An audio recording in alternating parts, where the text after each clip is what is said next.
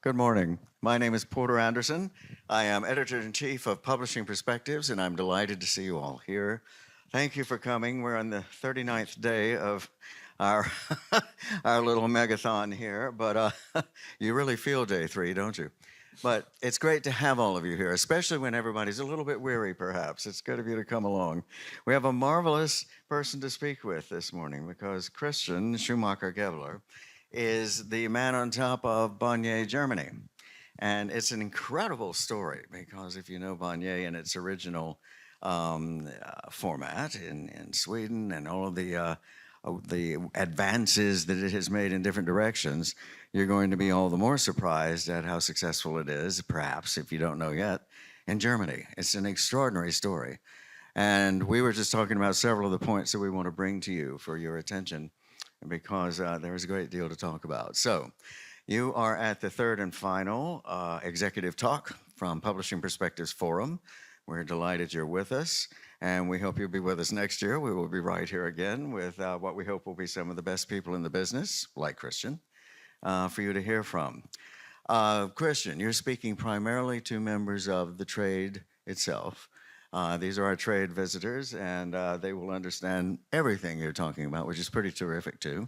Hopefully. We speak in code every now and then in this business, you might have noticed. So it's always a fun conversation, and Christian is one of our favorite people. I think you have some of your favorite people along, too, this morning, right? Is there some family in the house here? Yes, first Yes. time ever. So I brought my kids and my wife, and they haven't been at the book fair. So Yeah, there they are. it's the best book fair for me now. And how soon do the kids start working at the house? Are they moving right on into Bonnier? Maybe, yeah. One will definitely be investment banker. We found out this morning. Fantastic. But the other ones might work in the publishing business, yes. That's great. That's great. It's nice to have all of you. Thank you for coming. I want to start by positioning Bonnier, Germany, if I can, because a lot of folks are still catching up with this. Most of us think of Bonnier as something outside Germany, as a matter of fact, because it is based in Sweden and not here. But the fascinating thing is, this is the #1 publishing group in Germany. And what I want Christian to start by telling us is, how does this come about in a country with very powerful, very well-known, very respected publishers, of course, and they remain so. Nevertheless, your edge on the market right now is fascinating and terrific. I mean, congratulations. Thanks. Yeah. Is it something that can be designed, or is it something that happens and you wake up one morning, oh my God, we did it? Well, it's a long way, actually. Yeah. And this #1 position is somehow nice to have, but it was not the goal to be #1 in the market. It happens over the last years, actually. And the thing I'm most proud of is that it has not been a #1 position by acquisition, but by organic growth. And I think that is the tremendous success of all the publishing houses within the group, because they developed from year to year to year. And so within 10 years, we grew from 200 up to 330 million. And these 130 million, that means about 110 million is organic growth, while we only bought we bought a nice publishing group, Münchner Verlagsgroup at that time, for 20 million, but also them have now developed on a 40 million level. And the organic growth is the thing we are proud of. Yeah. No, as well you should be. And what we're talking about really is the sales, the value, rather than unit growth, of course. Yeah. Right? Yeah. It's about revenues and not units. Right, exactly. It is about revenues, not units, when we say #1.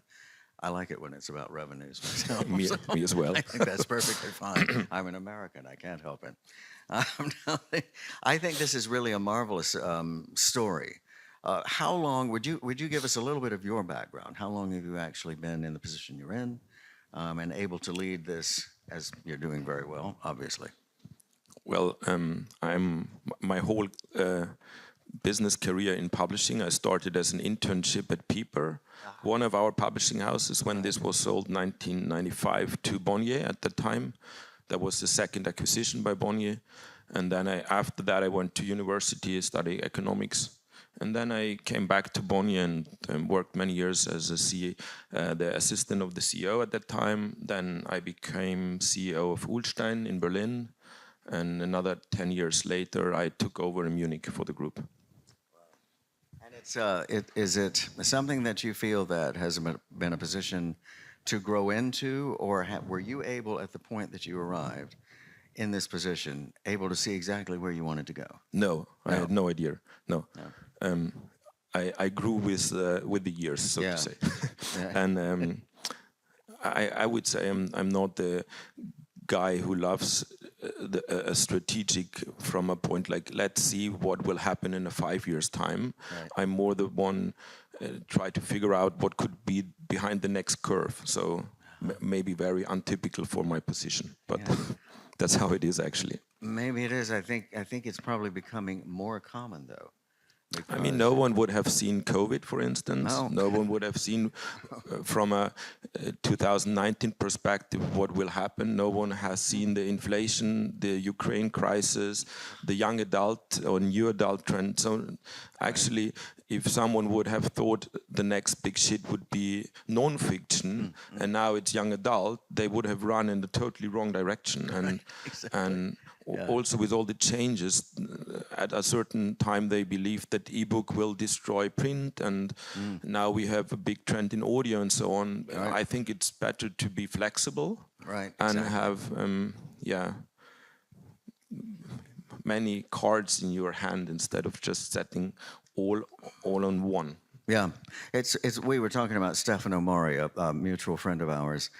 Stefano is CEO of the Mori Group, which is GEMS in Italy, the second largest of their publishing groups. And I asked him at one point, I said, are you ever completely blindsided by a genre change, by something that everybody suddenly runs off to, and you're sitting there with no content in it? And he said, no, that's why having 11 publishers, as he has in his company, is a good thing, because somebody's always doing the next thing. And he said, we're usually standing there going, nobody's ever going to read that. Why are you doing it? And suddenly that's the big thing, right? Yeah, fully agree. Yeah, it's a very handy thing. A group is And a good thing. it's actually not just that we have that we are a big group now in Germany, but also we are the ones with the broadest portfolio. So we have children's books, non-fiction, fiction. I mean the whole thing.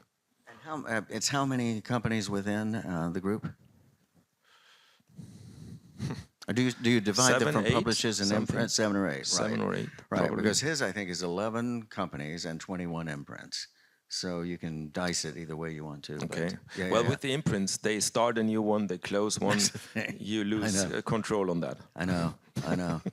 We're always amazed in the United States when we look at our friends in England, because if they are talking about their imprint and their publisher, they will tell you that they are coming from the imprint and the publisher in that order. They will say the name of the imprint first. And we always say, but don't you drive a Toyota Prius? You do the big company and then the imprint. And they go, no, we say imprint first. These are funny little things between different markets that drive everybody crazy and don't mean anything, but it's pretty fascinating to watch. How do you see managing the group? Because another thing that, of course, this is difficult with is they can all be going off in different directions, and they might be good, but you don't know. How do you manage that?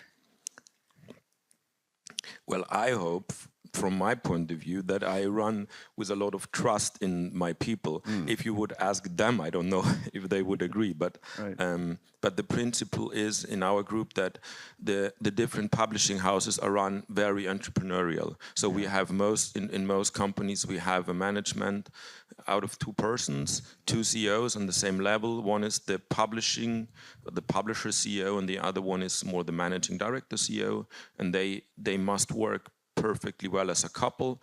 They don't have to be friends, but they should respect each other and work very jointly together.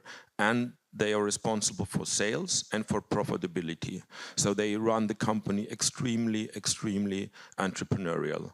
And I try to be, kind of sparings partner, kind of protector when it comes to, let's say, big contracts with the bigger players in the markets, and also when it comes to new regulations like EUDR, and then we try to solve this problem on a group level and not try to solve it in each single company or publishing house. And I try to get people together to talk to each other in a group. And I would say we have a very nice atmosphere in the group, and I mean, they all want to be good. They all want to be the best, but it's less competition, I would say, internally than maybe in other groups.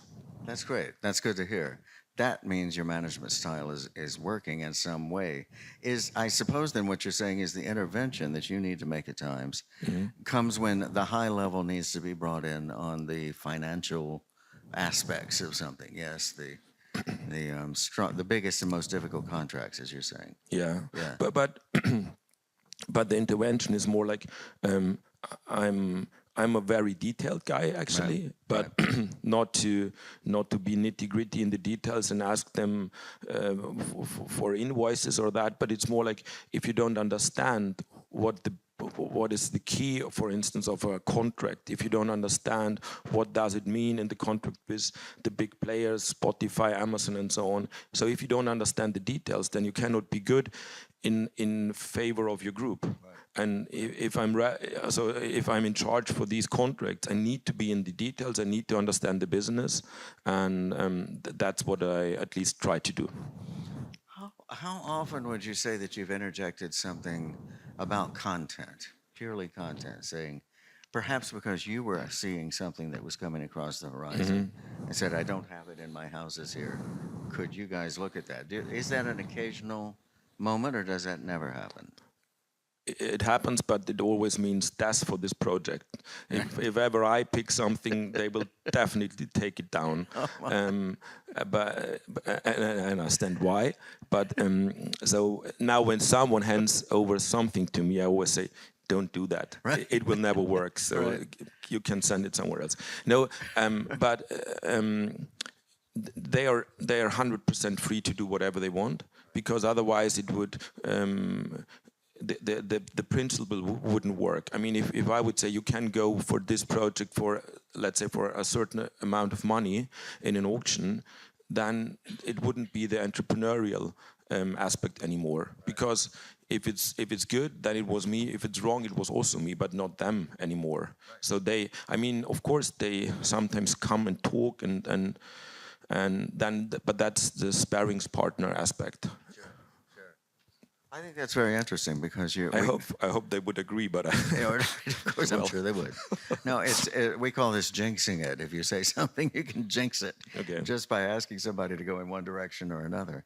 But at times it must be very hard not to, though. I mean, with all of this talent and all of this capability, it's something you're just burning to see one of them do. There might have been a few times where you thought, boy, I wish I could just tell them to try this, but maybe not, right? Or no? I mean, I love the business, and while I love the business, of course, I have things where I think, well, we should do this and that and so on. But I would do the same mistakes like they do, and maybe sometimes I would have a success like they have. So it's just that I love the business, and that's it more. Yeah.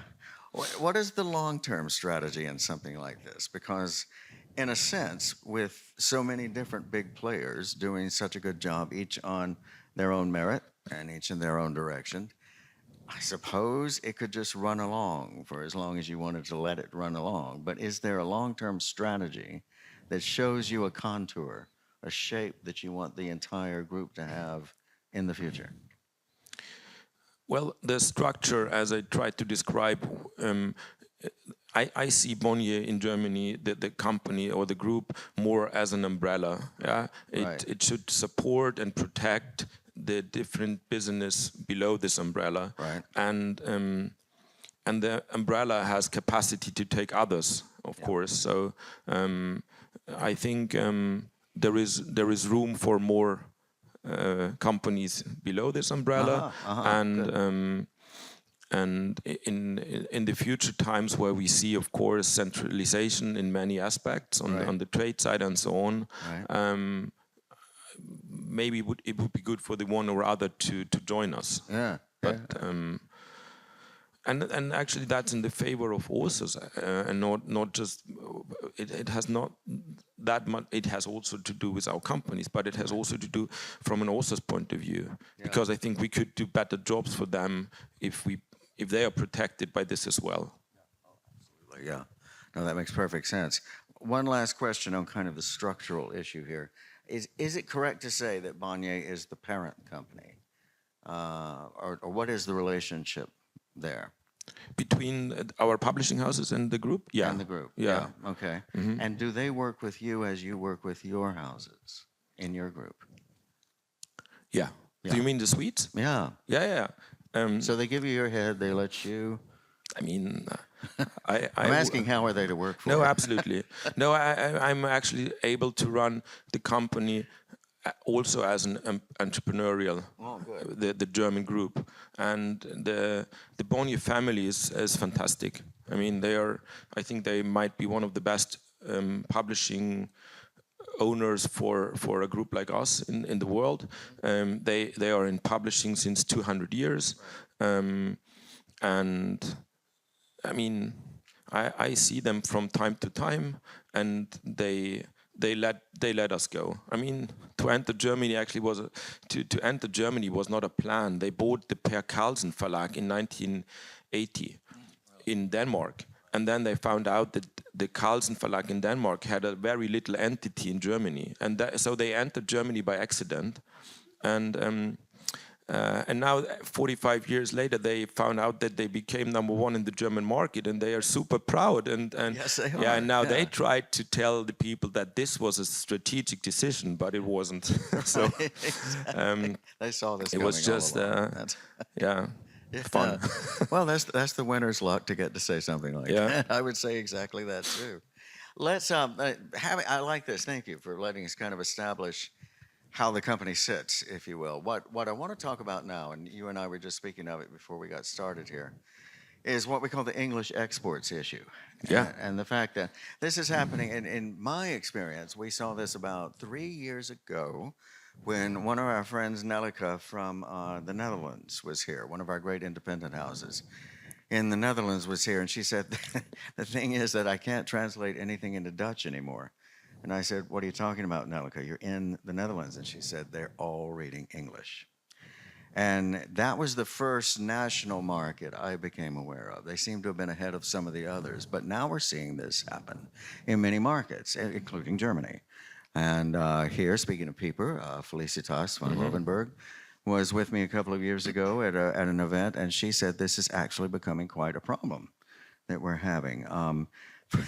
For the lucky Americans who can't speak anything else, this is great news, right? But for everybody else, this is not necessarily at all great news. How do you see this development, and what is your strategy? How are you handling it? I could talk about this for ages now, but I mean, it is super relevant for the European publishing business, this topic, and but I mean, I can describe a little bit how that actually attracts us in Germany. Maybe it's the same in other countries as well, and it's super relevant, and we need to get these English language rights to Europe, to European publishers, to protect the European publishing business, especially when it comes to authors from UK and US. So at the highest level, it has changed the rights structure a bit, how you have to think about. Yeah, exactly. Absolutely. Yeah. And I mean, it's I understand the UK publishers, okay? This business has many problems. They are under price pressure. They have quality problems in the markets. And what they do is they ship as much as they can from these export sales to Europe, and they destroy European publishing by this. And what they do is super arrogant and ignorant, but actually we will find solutions to change, hopefully. Maybe not famous last words, but it is super easy. And it's actually really super easy to solve. Since centuries, the UK and the US publishers divided Europe as a territory, either on the one or on the other hand side. So either the UK publishers had exclusive Europe, or the US publishers, or many times they just said, oh, well, Europe should be, we can both enter with our editions. But what the UK publishers, it's more the UK publisher actually, what they do now is, they do, while we do in Europe, in France, in Germany, in Holland, in Sweden, while we do a high quality hardcover edition at a certain time, like take Sally Rooney, and we have a super nice hardcover edition for a normal hardcover price in Germany. We try to fly Sally Rooney in, have a reading and so on. And the Brits, they do actually the same. They also have a very nice hardcover edition. But parallel to their hardcover edition, at the same time, they ship a super cheap, super crappy paperback edition into the European markets. And then these copies are sold for €9, for €8, for €11, while we have a hardcover edition parallel. And that destroys markets. And if we would do a hardcover edition in English language for the Europe territory, that would of course be a hardcover. So they destroy our window for the different formats, and they don't care at all. And it works now for them because authors like Sally Rooney are well established. Right. But the work to establish an author like Sally Rooney in the Europe territories, that is an investment. That's huge. That is an investment with all the publishing business in Europe, in France, in Germany, in Holland, and so on. And you could go back to Stephen King and Dan Brown and all of them. Of course, this was hard work to build them up, right. And now they profit from them. And we will not be able to ban English language editions. That would be super stupid. Right. Why should we? People want to read in English. The question is, who gets the business? Yeah. Should it be the ones who are in these territories and who do the work and who fly Sally Rooney in and do a PR tour and so on? Who gets the revenues from the buyers in these territories? And if they buy English language edition from a UK publisher, the revenue stream goes north. It does. And it destroys the market. It goes north and west. Now, one of the things I was talking to Veronique Carney yesterday from JC Latte. That's the house in France that does Dan Brown. And so she's highly involved right now in The Secrets of Secrets, the latest Dan Brown book. Very, very big deal for them because she will be putting it out in French, of course, or already has got it out in French. And I said something along the way because my assumption was that she would have the rights to do the English version, but she doesn't. And she said, no, what we have to do is make sure we get the French one out as fast as that English edition arrives, because then at least a lot of people who still want to read in French, and you think of the French as being so proud of their language, right? You think that, of course, they'll want to read in French. But she said, at least we can have it there immediately when they walk in, so they don't just reach for the English because they don't see the French. But nevertheless, it's disintegrating. She is slowly losing ground. Yeah, and that does not really solve the problem. No, it doesn't. And she gets especially nothing from the English. Yeah, and especially in Germany, we mostly publish at the same pub date for the international bestseller titles like Dan Brown, Ken Follett, Bonnie Garmus, and so on. We do the same pub date already, so that doesn't help when it comes to these parallel super cheap export sales. And I mean, right now it's and it would also be much better for the author, to be honest. I mean, everybody here probably in the room knows that royalties are based on the sales price, and if we would do a hardcover quality edition in English language in the European territories, and it could be either a German publisher or a French or another publisher in the Netherlands or in Sweden, that could rotate, so to say. But then the royalties would be based on these different formats at a certain time, and they would get much more royalties. And everybody knows, and right now, the agents who do these big deals, they are a little bit frightened actually at the moment. Will they get a big UK publisher without European rights? Right. And the UK publishers are like, if you don't give us Europe, we won't sign. Right. And this will break. Yeah, Hopefully. No, but this has Hopefully it has to break to secure the publishing standards and the quality we are offering in Europe. And one last aspect. Yeah.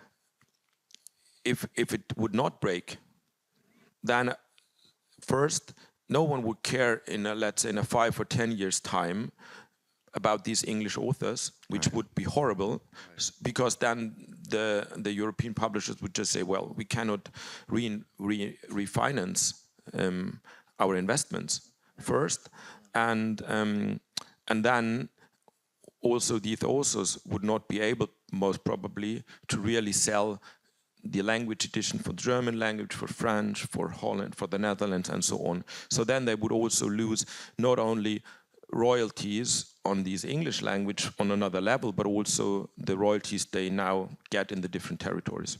I like your idea of it moving around, a different market in Europe doing the English version for each major piece that needs it. Is there action on that? Is there progress in that? A lot of action. Are you guys working on that? That's what I'm saying. Yeah. I mean,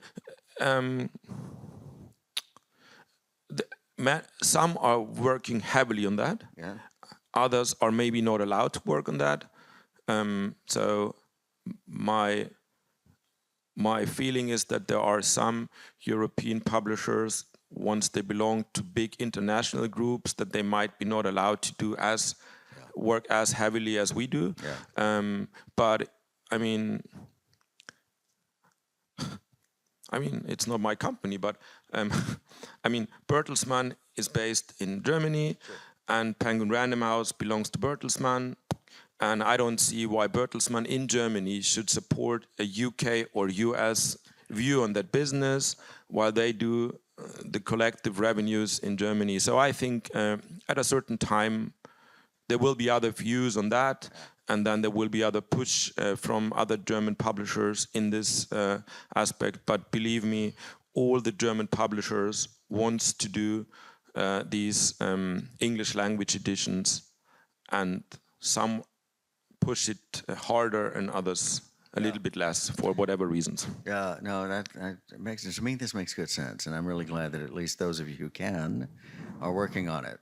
It's what a mess, but I think but it's easy to solve. I mean, it is easy to solve. It will happen. Yeah, and it needs to be solved. It's got to be. Now, another thing I wish we could solve this morning and just say, boy, that's the way to go, is this AI thing. Because what are we now in the second or third year talking about AI? There is, I'll tell you from a journalist standpoint, we have a lot of problems with our industry, so many problems with our industry. It's pretty upsetting, so I won't mention any of them. But one of the things we see when we look at publishing is that there's a kind of emotional reaction to change in the business. You can go all the way back to the times when we would sit right here in this room and have conferences that were built around nothing but the word digital, because everybody was perfectly horrified about digital and what in their minds might be happening to print and to everything else they love about literature, because digital had arrived. I still have certain folks in markets when I'm traveling, which I have to do quite a bit for this work, and they'll come up to me and say, do we need to worry about digital now? I'm saying, you don't really understand. It is all digital now. This is simply how your work is distributed. And yet there are people who have not caught on to that yet. And here we go with AI, and I feel that same dynamic right now about AI, that there's fear there and concern, some of it absolutely valid in the generative AI area, where the big models, the language models, are being trained on material they don't pay for, copyrighted material. It's ridiculous. In the States, our response is in court, of course. But there are many other ways that this is trying to be dealt with in various parts of the world. But in terms of the sort of other side, the good side, if you will, of AI, about what it might be able to do for you in the back office with your P&Ls and that kind of thing, people are still frightened of it. Where are we going with this? What do you think is and is this another scare story like digital? I mean, maybe it is a super scary topic. Yeah. But I mean, it will not go away. It will stay. Right. So if we look from another angle on our publishing business, I would say our publishing houses are more or less kind of, they're just companies which serve in the interest of an author. So an author can decide, shall I do it on my own, or shall I use a publishing service to get better results and be more successful, become a best-selling author, which I might not be able to do if I'm doing on my own. Yeah. So the question is, what can we offer to this author? And I would say, whenever AI could help publishers to do a better job in becoming the author a big star, why shouldn't we use AI? And if our people in our publishing houses are not AI experts, and they must not be an AI expert in every single position. But if they don't become experts in AI, then others might do it better than we do. Why should these authors join us then? And it's not just the back office, it's also when it comes to marketing or, now you have the possibility to have these moving jackets, so that you have a jacket cover and that is integrated in a little film or movie and so on. I mean, when you look at toys at Amazon, every toy company, Lego or whatsoever, they always have a little movie parallel to the images. Why shouldn't we have this for books, for jacket covers? Why shouldn't we not? And I think if we are able to use these tools perfectly well, then we're doing good business for the authors. And if it comes to metadata and keywords and so on, and if we are able to have every single title in our backlist with perfectly well done metadata and keywords, that's good. And if AI could help to invest in this, why shouldn't we use it? Yeah, but the copyright thing is totally different. It's totally different, yeah. That is also an aspect of AI, but that's a totally different. And I think we should try to not mix everything up in one big pot. Right. If anything, we needed several names for these different parts of what we now call nothing but AI all the way across. It brings us to audio too, though, because when you're mentioning the capabilities of a backlist that can suddenly be taken to audio, with every book taking only 15 minutes for a synthesized voice to lay down. You still have to edit it and check and make sure it's all right. But nevertheless, they can be made so quickly and so much less expensively, hopefully by basing what you're doing on a human's voice, one of our great voice artists, so that they're getting the money they need for that voice having been used, but maybe they don't have to sit in the studio for a week to do it, right? It could be better for everybody, and yet there's still fear about this. Yeah, and right now, actually, when it comes to audio, I would say our publishers have a red line there. Really? Yeah, because these real voices, to spend money in actors' voices, I think that's a good investment also from a listener's point of view. First, the quality is different; it's much better from a quality point of view, and then actually sometimes you even buy an audiobook because you like the actor who is reading this book, you like this voice, you know this person. I mean, I heard from even the book fair when people are standing at the audio stands and trying to get signatures from the speakers, because they are now the fans, and they transport the audiobook as well, like influencers would do. So it's not always the author, it's sometimes even the one who read the book. And no, I would say it's good to stay and let people read these books and listen to people. Mm-hmm. Yeah, I think so too. I mean, as much as possible, to keep it very close to the human factor is definitely the way to go. There are also questions of transparency and how you present to the public what you're selling to them. Is this Tom Cruise having read this thing, or is this Tom Cruise's voice, which he let us sample and then use? You know, is it a replicated voice or not? All of these things come into play, but they're not that hard to make decisions about, and to, in a sense, make at least standards for the industry to shoot for and how they talk about them. I mean, it's interesting because, probably many in this room are using the possibility that you listen to an article in a newspaper. Yeah, and so while you're in the car in the morning, you can pick your newspaper, click to an article, and instead of reading the article, instead of reading the news, and that could be news in a kind of, or the article could be in any kind of topic, business or culture whatsoever, then you just click and you get a voice and someone is reading, and that is an AI voice. No one cares, because in the past, no one in the newspaper would have paid to an actor, yeah, to read this article so that someone can listen to while he's driving the car. But in audiobooks, it's different. We are used that we listen to voices. So no one would care about AI being used in a newspaper. In a book, we would. And I think, for some reason, I think it's good that we care. I don't know why, Well, but I think it is too. feels better. It's like the parallel between nonfiction and fiction. A good deal of nonfiction, you may not worry as much if this is a replicated voice in some way, a synthesized voice. Not necessarily always, but at least when you're working in fiction, you probably need the creativity of the human on the other side more. I don't know. But also on these big nonfiction bestsellers,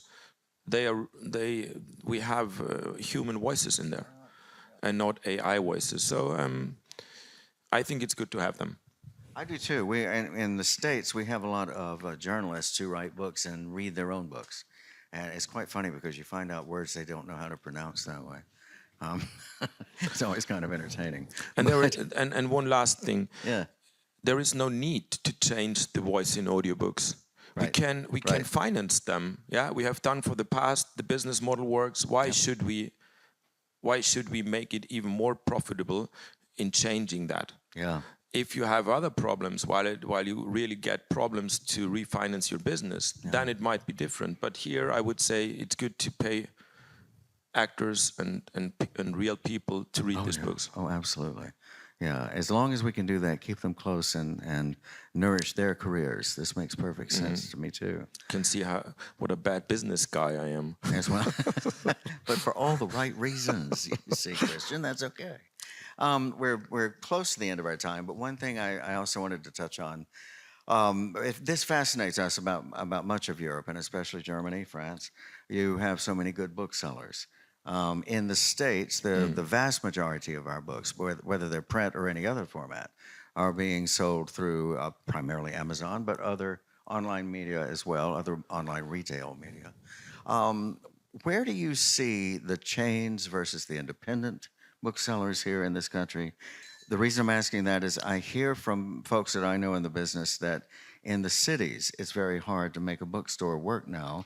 But in the outer areas, where maybe they're part of a shopping center of some kind, they might do better. And that's usually a chain, isn't it? Or not necessarily? No, not necessarily. No. That's good too. No. So that can be an independent out of a city and doing well, yeah?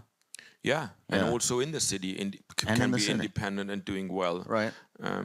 I wouldn't say that has anything to do with cities or the countryside. No, oh, that's good to know. I mean, we have a great booksellers environment in Germany. It's fantastic. Yeah. But of course, the smaller ones get problem while they have different terms with the big publishers, and as the big ones like Thalia and Hugendubel and others are able to get higher discounts from the publishers, they have an advantage, of course, in this business. And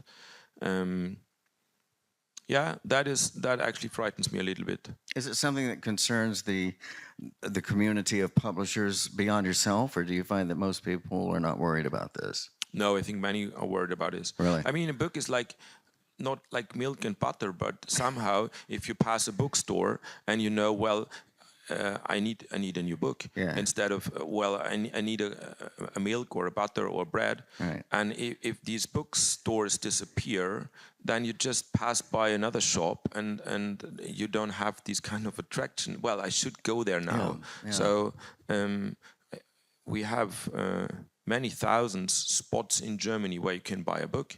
In Finland, I think they have 10 bookstores in Finland. Yeah, so very small. And as long as we can keep these 3,000, 4,000 points where someone is selling books and someone can pass by and think, well, I need a new book. That's fantastic. It is fantastic. That's right in there with France. They're running at about 3,500 stores, I think. Just amazing to us that there are that many. Yeah, operating. and I mean, if you see what's happening here in the book fair and how many even younger people like to come, actually, this new trend, young adult, I mean, it's a blessing for the branch. Yeah. I mean, that so many people are willing to spend money on books.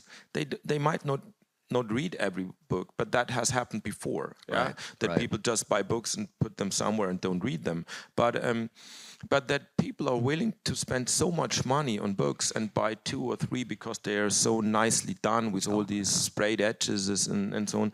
Because then, if they read these books now, maybe later they will read the classics. Yeah, of course. But it brings so many new people into these halls, and it's fantastic. It sets the tradition into place. I think that's why a lot of us who are looking from the outside into Europe are concerned about the fate of the culture vouchers, as they're called. Italy was so strong. When it originated, the 18 app, it was a €500 voucher when you turned 18. And what publishing there found, what the AIE, our Publishers Association, found very quickly, was that most of it went to books.